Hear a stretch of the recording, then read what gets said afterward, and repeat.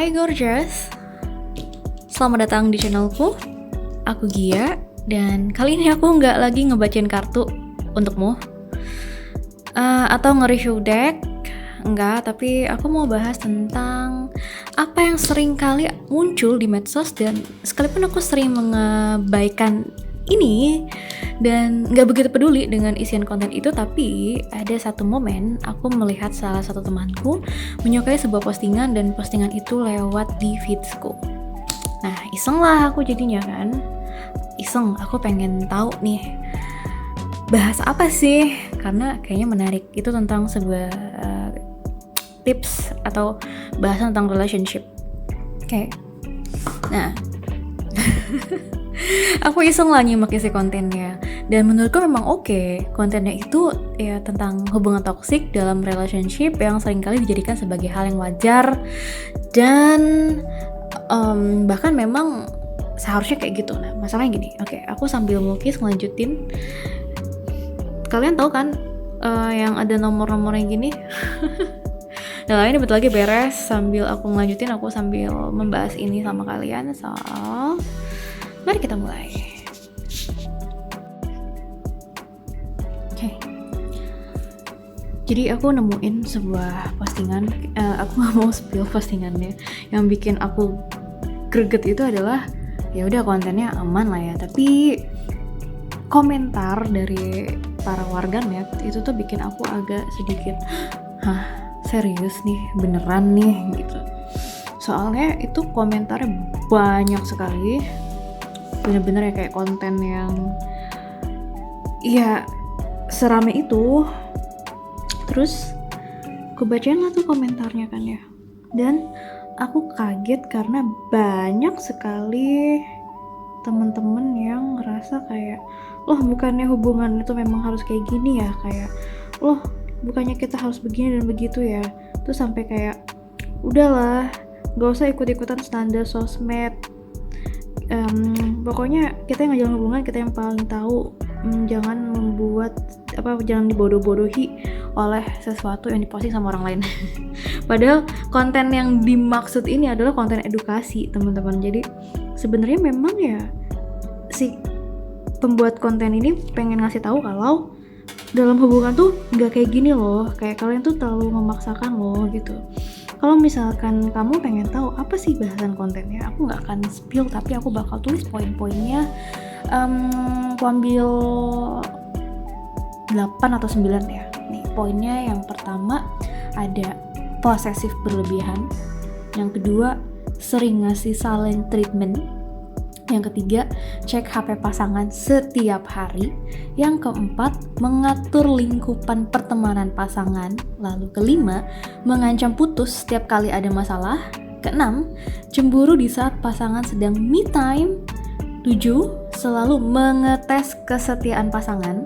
8, sering bikin pasangan overthinking dengan alasan supaya pasangan memikirkan kita terus.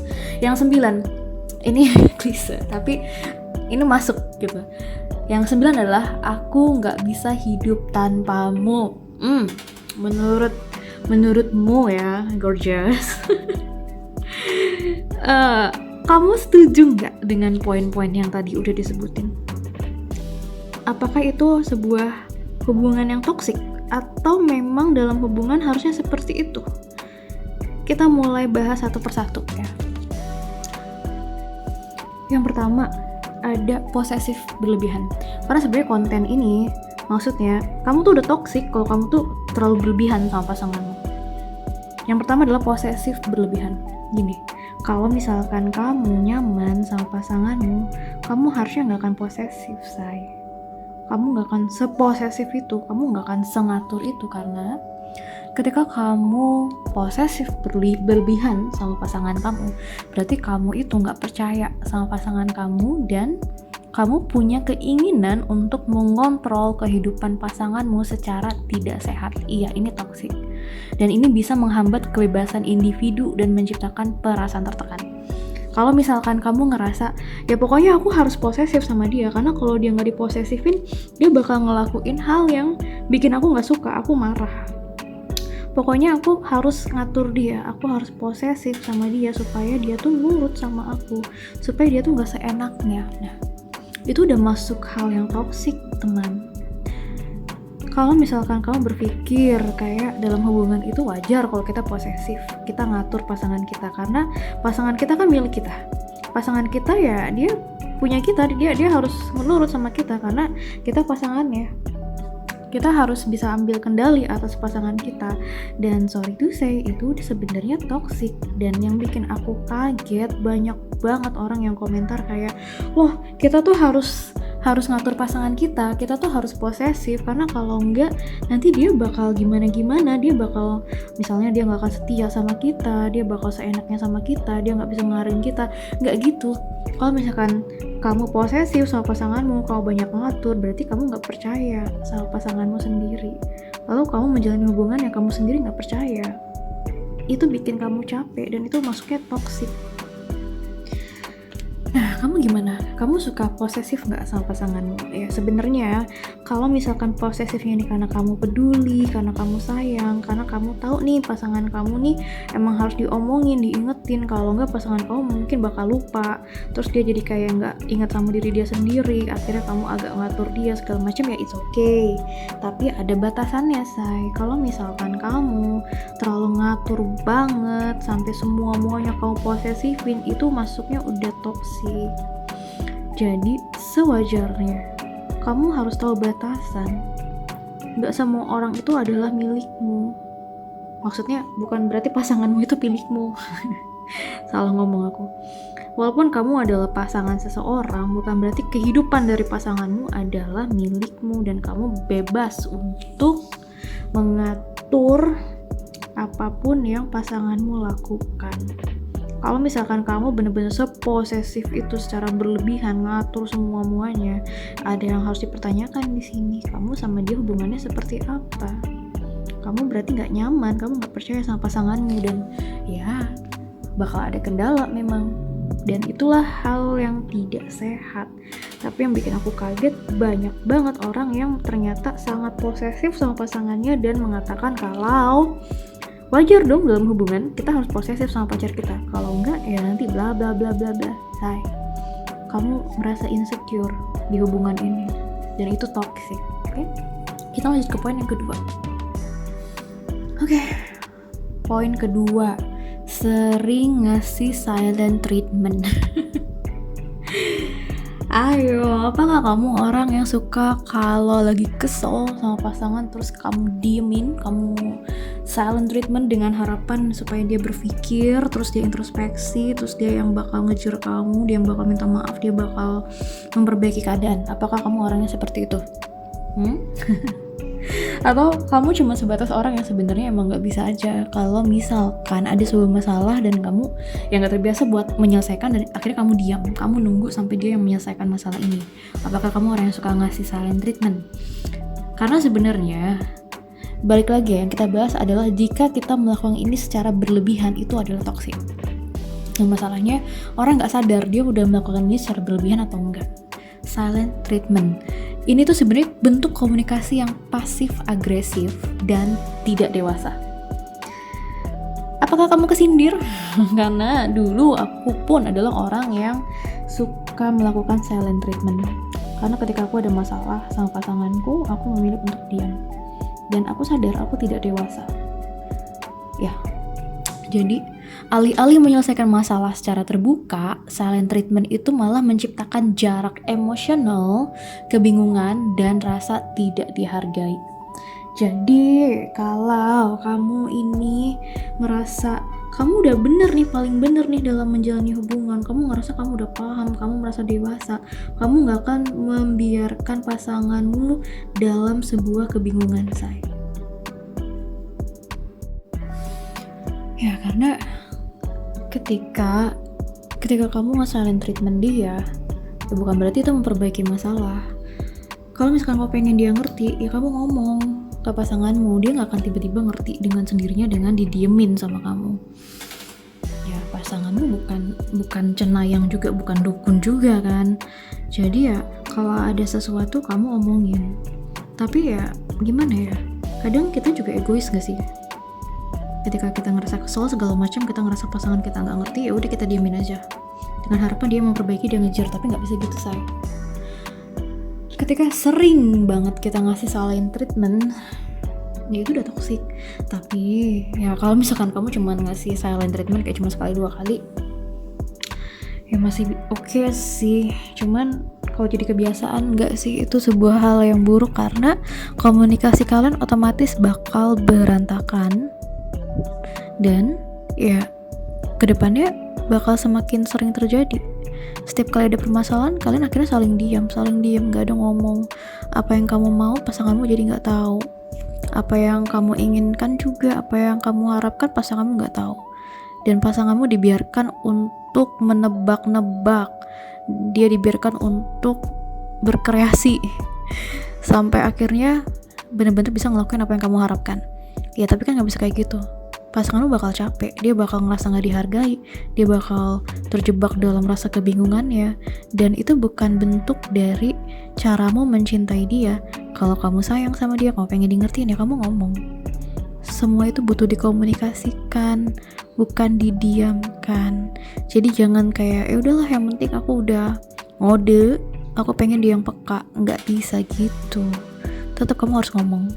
Sesekali 2 kali ya mungkin gak masalah, mungkin kamu pengen tahu seperti apa responnya, tapi jangan dijadiin kebiasaan, karena itu adalah kebiasaan yang berujung pada hubungan kalian yang nanti bakal usai, karena kalian akhirnya saling tidak memahami satu sama lain, saling diam, saling gak tahu, saling ngode, saling bingung. Gimana dong ya?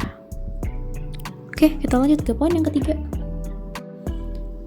Cek HP pasanganmu setiap hari.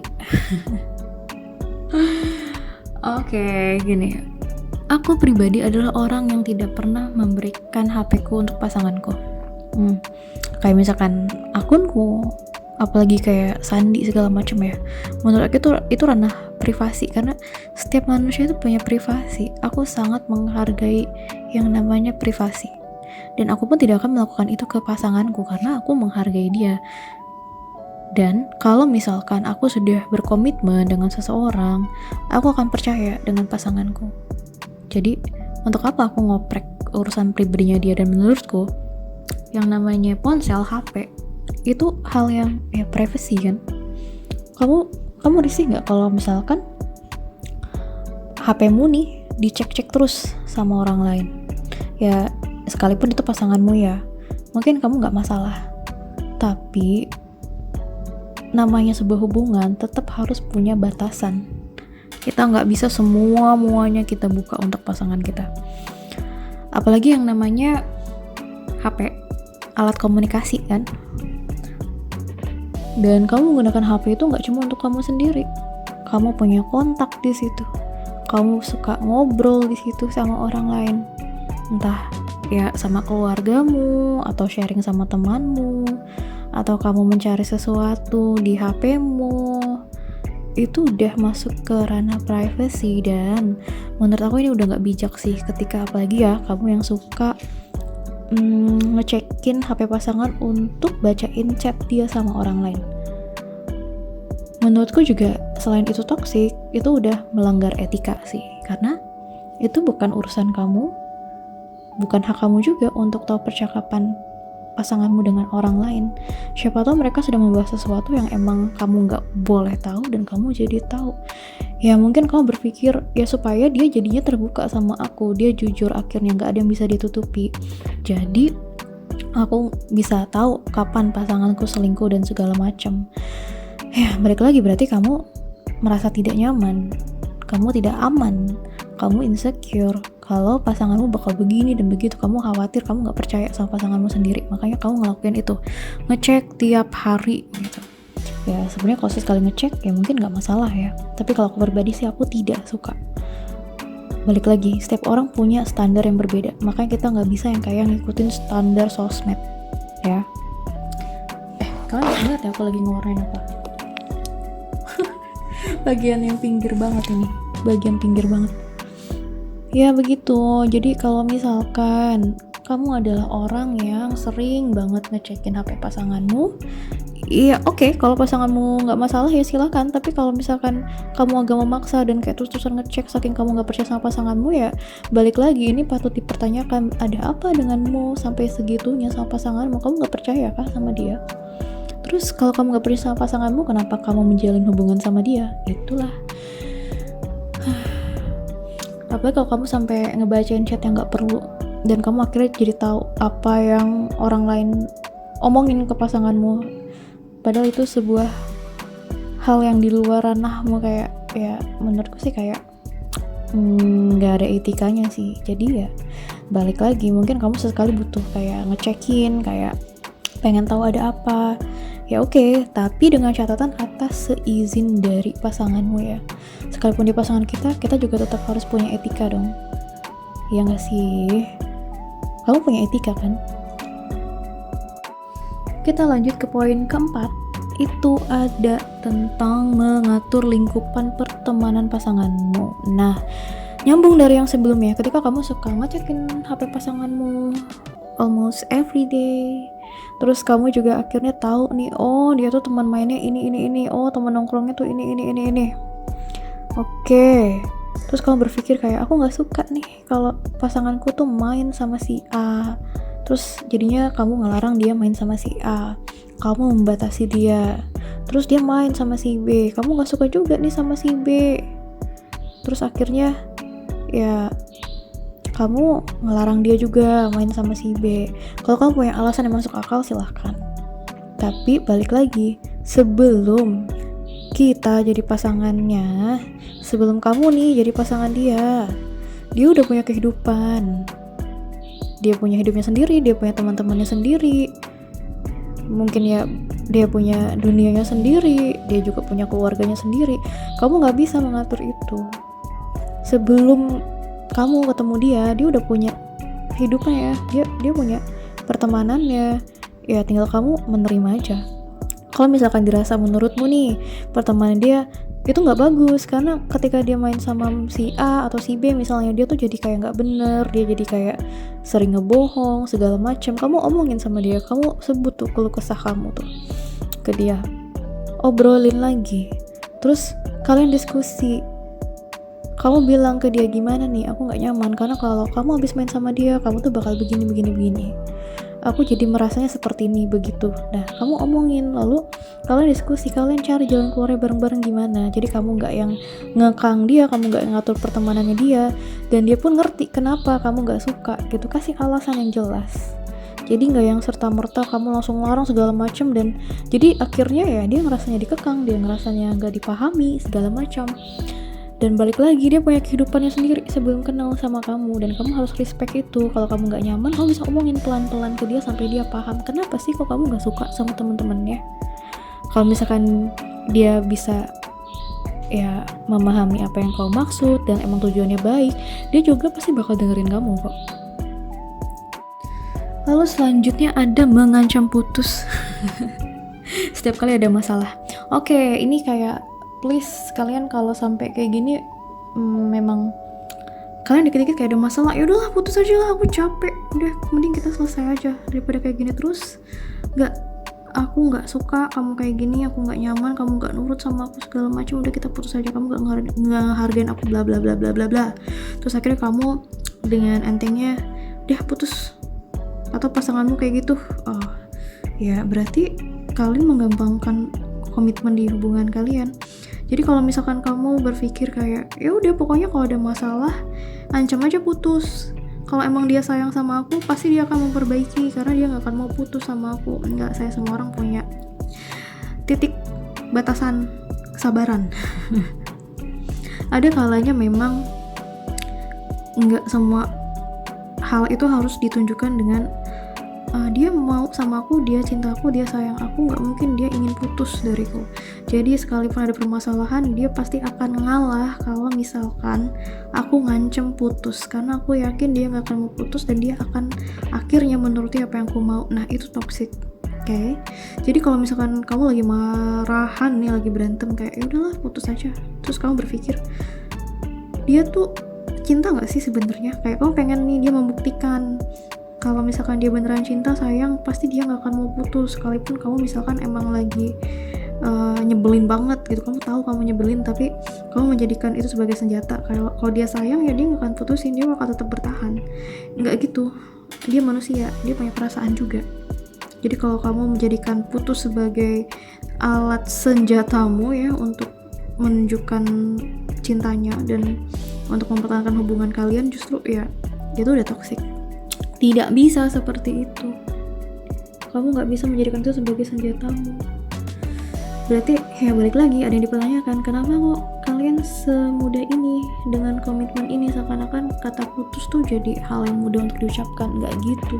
Bayangkan kalau kalian udah menikah, terus tiba-tiba ada masalah, terus ya udah kita cerai, apakah begitu? Kan nggak gitu, say, ya kan?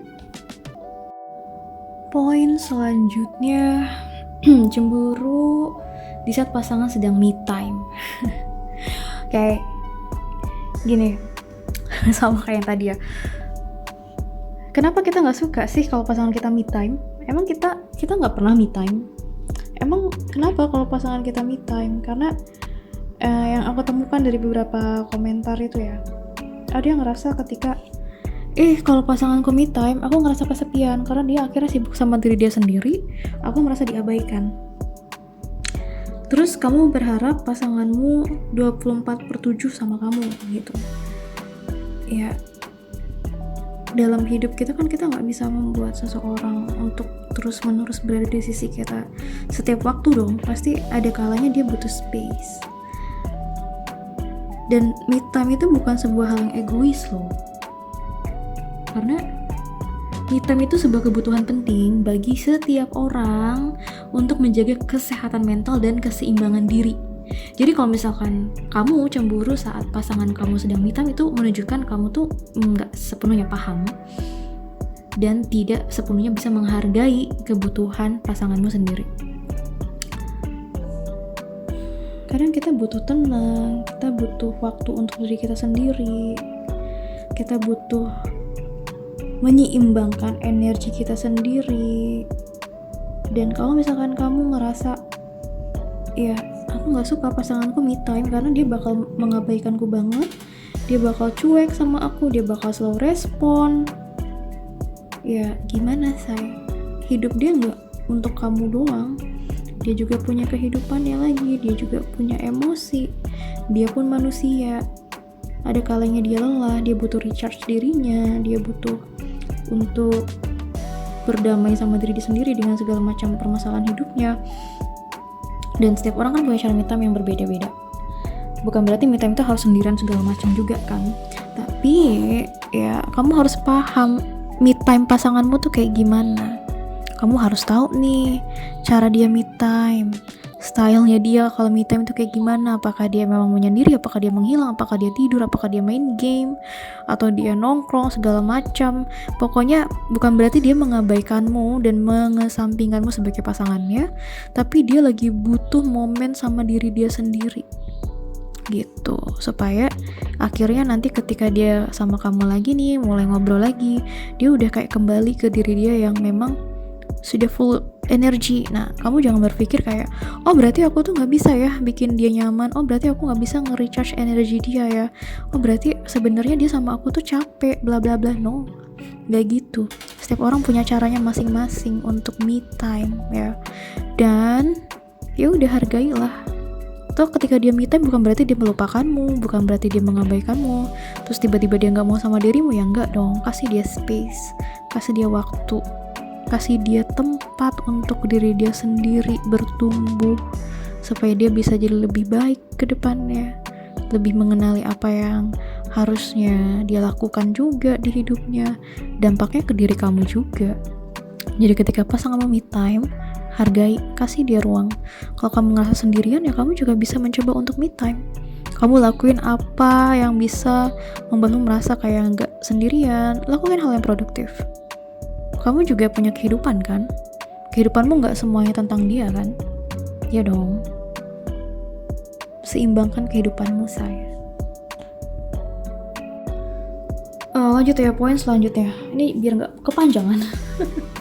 Poin selanjutnya adalah sering bikin pasangan overthinking dengan alasan supaya pasangan memikirkan kita. Kayak wow, saking kamu pengen ada di pikiran dia 24/7, jadi kamu selalu bikin masalah yang bikin dia tuh selalu mikirin kamu, dia nggak tenang segala macem. Kayak beberapa poin-poin tadi sebenarnya aku mengalami beberapa pengalaman ya, dan aku mengalami posisi dimana pasanganku selalu yang bikin aku overthinking segala macam, dan itu dampaknya luar biasa besar. Kayak akhirnya siapa yang dirugikan? Kita. Kita yang di overthinking dan kayak dipaksa untuk overthinking juga gitu. Kita punya kehidupan, kita menjalani kehidupan kita, terus tiba-tiba pasangan kita yang bikin masalah yang sebenarnya nggak ada jadi ada gitu loh. Yang sebenarnya ya emang nggak ada satu yang harus dipermasalahin, tapi pasangan kita itu seakan-akan membuat hal yang random aja gitu. Kayak kita lagi nggak ngapa-ngapain nih, kita lagi adem ayem, terus karena pasangan kita tuh ngerasa kita udah mulai berbeda, udah mulai cuek segala macam, padahal kita lagi damai-damai aja kan. Terus dibikinlah nih sebuah permasalahan, terus kita kepikiran, dan akhirnya kayak make sure dia baik-baik aja segala macam. Ya itu toxic sih, karena dampaknya besar loh. Ketika kita berpikir ya udahlah, misalnya kita bikin postingan supaya mancing dia, supaya dia komen terus dia kepikiran, terus akhirnya dia jadi kayak sering ngehubungin kita, sering segala macam karena kita sindir dia, atau kita ngomongin apapun, atau kita ngomong cerita sesuatu yang bikin dia jadi kayak kepikiran kita terus. Iya, buat apa? Karena tanpa kamu ngelakuin itu pun pasanganmu ya pasti memikirkan kamu. Gak mungkin dia tiba-tiba lupa ya, kecuali dia amnesia gitu kan. Jadi gak usah cari masalah, gak usah cari sesuatu yang gak ada terus dia adain, supaya pasanganmu tuh jadi banyak interaksi sama kamu, supaya pasanganmu tuh jadi intens sama kamu. Enggak. Kalau itu ternyata malah bikin pasanganmu jadi kehilangan banyak hal, kehilangan waktunya, kehilangan fokusnya, yang harusnya dia punya goals, dia punya target, apalagi dia lagi kerja misalnya, terus kamu kayak caper, pengen diperhatiin segala macem, kamu bikin masalah supaya pasanganmu ngehubungin kamu di saat dia sedang sibuk, ya kamu merusak pasanganmu sih. Itu toxic dan tidak bisa dibenarkan juga. Tapi yang heran ya, banyak yang bilang kayak ya kalau nggak kayak gitu nanti dia nggak akan mikirin aku, dia bakal lupa sama aku, dia bakal asik dengan dirinya sendiri. Aku nggak mau, karena ya aku pengen kita ngejalanin hubungan, kita pacaran ya udah, dia harus intens, harus ada buat aku nggak mau kehilangan dia. Jadi aku selalu bikin cara supaya dia tuh mikirin aku terus, karena kalau nggak kayak gitu aku bakal ngerasa sepi. Iya, itu toxic say, toxic. Nah lanjut, akhirnya kesini nih, ke poin selalu ngetes kesetiaan pasangan. Ketika kamu gak yakin sama pasanganmu, kamu akan selalu merasa, ini pasanganku sebenarnya ke aku tuh gimana ya? Dia tuh setia gak sih? Aku tuh selalu di pikiran dia gak sih? Dia tuh ke aku tuh seserius itu gak sih? Karena gini nih, ketika punya pasangan, terus kamu berharap yang benar-benar berpikir, pokoknya aku itu prioritasnya, aku harus selalu ada dalam pikiran dia. Dia harus selalu apapun itu untuk aku karena aku pasangannya. Kamu ingin kamu menjadi, ya udah kamu diratukan atau ya seperti itulah. Kamu benar-benar pengen pasanganmu ya udah sepenuhnya untukmu. Dan akhirnya karena kamu sudah sangat mengharapkan pasanganmu untuk selamanya bersamamu, lalu kamu mulai agak muncul ketakutan nih, kayak dia setia nggak ya sama aku? Aduh, dia sebenarnya kayak yang bakal seriusin aku nggak ya? Dia bakal fokus sama aku aja nggak ya? Dia bakal memperjuangkan aku nggak ya? Terus kamu mulai overthinking di situ. Akhirnya kamu berpikir, oke, aku bakal ngetes nih, kalau emang dia beneran setia sama aku, dia bakalan serius sama aku, pasti dia nggak akan ngelakuin hal yang aneh-aneh. Nah, mulailah kamu dengan project menguji kesetiaan pasangan, ya kan? Kayak kamu ngetes dia dengan misalkan meminta temanmu untuk pura-pura ngedeketin dia gitu. Atau ya apapun lah cara yang kamu lakukan untuk ngetes nih pasanganmu tuh sebenarnya tipikal orang yang setia atau enggak sih. Dia tuh beneran kayak tulus ke kamu atau enggak sih dengan ngetes dia. Say dalam sebuah hubungan, kalau misalkan kamu sering ngetes pasanganmu, ya gimana ya, kalau dibilang toksik ya bisa dikatakan demikian. Karena kalau misalkan ada seseorang sudah menjadi pasangan kita, terus kita masih ngetes terus-terusan, berarti kan balik lagi kita nggak yakin kalau dia adalah the one, dia adalah orang yang terbaik. Kita ragu sama dia. Akhirnya supaya memvalidasi perasaan kita dan pikiran dia atas jaminan kalau dia adalah orang yang tepat, kita ngetes dia dengan beragam cara, terutama yang ngetes dengan apakah dia setia atau enggak. Ya balik lagi, kalau misalkan kita seperti itu kan ya gimana ya, kamu tuh setidak percaya itu loh sama pasanganmu, dan itu yang menjadi akar dimana nanti kamu jadi banyak masalah sama dia. Apa kamu sering overthinking sama dia dan akhirnya hubungan kalian jadi toksik tanpa kalian sadari, dan kalian berpikir kayak lo memang harus kayak gitu, hubungan tuh harus seperti itu, kalau nggak kayak gini, kalau nggak dites kayak gini, nanti dia malah melakukan hal yang melukaiku dan aku nggak siap, aku harus tahu dulu nih dia sikapnya seperti apa. Ya berarti kamu memandang hubunganmu itu sebenarnya seperti apa, say? Kayak kenapa kamu harus ngetes itu terus-terusan? Jalanlah hubungan dengan lebih sehat, dengan lebih terbuka komunikasi. Kalau kamu gak yakin sama dia, kamu bisa tanyain, kamu bisa make sure, kalian bisa diskusi, kalian bisa sharing, kalian bisa deep talk, nggak dengan cara ngetes kayak gitu. Karena coba bayangin aja kalau misalkan kamu dibalik nih posisinya, kamu yang dites sama pasangan kamu, gimana perasaan kamu? Tiba-tiba pasangan kamu yang ngelakuin beberapa hal lah yang tujuannya adalah ngetes kesetiaanmu, terus kamu kayak yang gimana, kayak oh yaudah nggak apa-apa kan aku setia, jadi dia mau ngetes kayak gimana pun juga terserah. Tapi yang kamu harus tahu berarti pasanganmu nggak percaya loh sama kamu sampai pasangan kamu ngetes kamu sedih nggak digituin? Kayak oh dia segini ya sama aku sampai harus ngetes segala. Nah di medsos kayak banyak banget konten yang kayak aku pengen tahu nih ngetes pasanganku nih, dia tuh sebenarnya setia atau enggak. Dan di situ kan akhirnya banyak yang ngikutin, terus banyak yang jadinya ngerasa ternyata pasanganku kok responnya nggak kayak gini ya, kok pasanganku responnya nggak kayak yang di TikTok ya, kok nggak kayak orang-orang di Instagram ya. Terus kamu overthinking, padahal pasanganmu nggak kenapa-napa. Yang tadinya hubungan kalian baik-baik aja, gara-gara hal semacam itu akhirnya kalian berantem, akhirnya kamu debat sama dia, terus dia bingung gitu kan. Masalah baru jadinya. Karena gini, ketika orang membuat sesuatu konten di sosmed atau apapun itu, lihat dulu dia bikin kontennya itu dasarnya apa, apakah pengalaman dia pribadi atau hanya ya memang opini dia atau seperti apa. Karena kan setiap orang punya cara hidup yang berbeda-beda, cara menjalani sebuah hubungan yang berbeda-beda. Kamu gak bisa menyamakan dengan apa standar yang dimiliki oleh orang lain. Dan gak bisa kamu kayak aku setuju nih sama si kakak ini, oh berarti aku harus kayak gini ke pasanganku supaya aku tahu pasanganku ini serius gak sama aku, dia ini setia gak sama aku. Ya gak bisa kayak gitu kan, pasangan kamu bukan pasangannya si content creator itu. Kamu gak bisa serta-merta jadi kayak aku harus nerapin nih caranya dia nih ke pasangannya supaya aku tahu pasanganku nih bener atau enggak. Ya gak gitu, tidak seperti itu caranya. Mungkin di dia berhasil, di kamu mungkin enggak, karena setiap orang punya karakter yang berbeda, dan kamu yang paling tahu tentang pasanganmu sendiri, bukan konten-konten dari opini orang lain. Jadi kamu pun harus bijak, oke? Tidak semudah itu. Oke, poin terakhir. Aku gak bisa hidup tanpamu. Kayak kalau gak sama kamu, aku gak bahagia. Aku pengennya sama kamu, aku sayang banget sama kamu, aku cinta banget sama kamu. Aku tuh setulus ini, aku sesayang ini, aku tuh segininya loh sama kamu. Jadi ya aku pengen aku bisa bahagian kamu, aku bakal kasih seluruh cintaku buat kamu, semuanya untuk kamu, bahkan mungkin hidupku untukmu. Nah, kalimat yang seperti itu.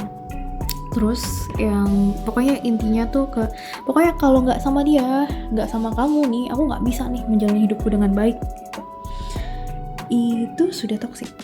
Karena berarti kita menggantungkan hidup kita sama pasangan kita sepenuhnya, dan itu tidak bijak. Jatuhnya itu membebani. Ya walaupun ini kedengarannya kayak romantis ya, kayak romantis banget kayak. Tapi ini tuh mengindikasikan ketergantungan emosional yang tidak sehat. Dalam hubungan yang sehat, kedua pasangan ini, kedua orang ini, kedua individu harus tetap menjadi pribadi yang utuh dan mandiri, bukan saling bergantung secara berlebihan. Jadi ketika kita udah ketergantungan sama pasangan kita, atau kayak ngerasa aku tuh saking cintanya aku nggak bisa lepas dari dia, pokoknya harus sama dia, aku harus ada buat dia, dia harus merasakan cinta yang aku miliki untuknya. Nggak bisa, say. Itu maksa. Kamu memaksakan. Kalau kamu ngerasa tanpa dia hidup menjadi berantakan, kamu ngerasa sepi, kamu ngerasa sedih segala macam, itu tentang perasaanmu, dia nggak terlibat. Karena ya kalau dia tidak merasakan hal yang sama, kamu memaksakan perasaan, dan kamu balik lagi, kamu tidak menghargai dia, kamu tidak bisa memahami dia. Apakah cinta seperti itu? Cinta tidak pernah memaksa, say. Cinta tidak pernah menimbulkan luka, cinta tidak pernah membebani. Terus ketika pasanganmu terbebani dengan perasaanmu, apakah kamu berpikir kalau itu adalah cinta? Jadi beberapa hal yang kayak kayaknya ini enggak, ini romantis banget, ini tuh kayak pasangan kita sebucin ini loh ke kita, saking sayangnya, saking cintanya, dia sampai posesif, dia sampai nggak bisa lepas dari kita, dia selalu overthinking tentang kita, dia selalu mikirin kita, dia ngatur-ngatur kita, dia sering ngasih silent treatment karena segitunya sayang sama kita. No, itu bukan bentuk dari hubungan yang sehat. Oke? Kalau misalkan kamu nggak setuju sama beberapa apa yang aku bahas, ayo kita sharing di kolom komentar. Karena ya dengan fakta, dengan kenyataan, aku melihat banyak banget orang yang sangat menyangkal hal-hal kayak gini. Ya aku menyadari kalau ternyata banyak sekali orang yang tidak sadar, mereka nggak sadar kalau tanpa sadar mereka terjebak di hubungan yang toksik, dan mereka merasa ini loh sebenarnya hubungan tuh harus kayak gini loh, karena kalau nggak kayak gini ya gimana kita bisa menjalani sebuah hubungan, gimana kita bisa percaya sama pasangan kita. Nah balik lagi, say, sebenarnya kenapa kamu setakut itu sama hubunganmu, kenapa kamu sekhawatir itu, kenapa kamu setidak percaya itu sama pasanganmu, Kenapa kamu rela berjuang sendirian? Kenapa kamu mau melakukan sesuatu yang membuatmu sendiri gak tenang, gak damai? Kenapa? Dan kamu berpikir itu bukan toksik? Yuk diskusi, kita diskusi di kolom komentar. Oke, kayaknya sampai segitu dulu biar gak kepanjangan, dan ini masih belum selesai, nanti aku beresin. So thank you gorgeous. Kita ketemu lagi di lain kesempatan. Dan semoga nih lukisan udah beres karena ini gak kelar-kelar. Thank you again. Semoga harimu menyenangkan. Jangan lupa untuk diskusinya di kolom komentar. So thank you again. I love you. Bye for now. Bye bye.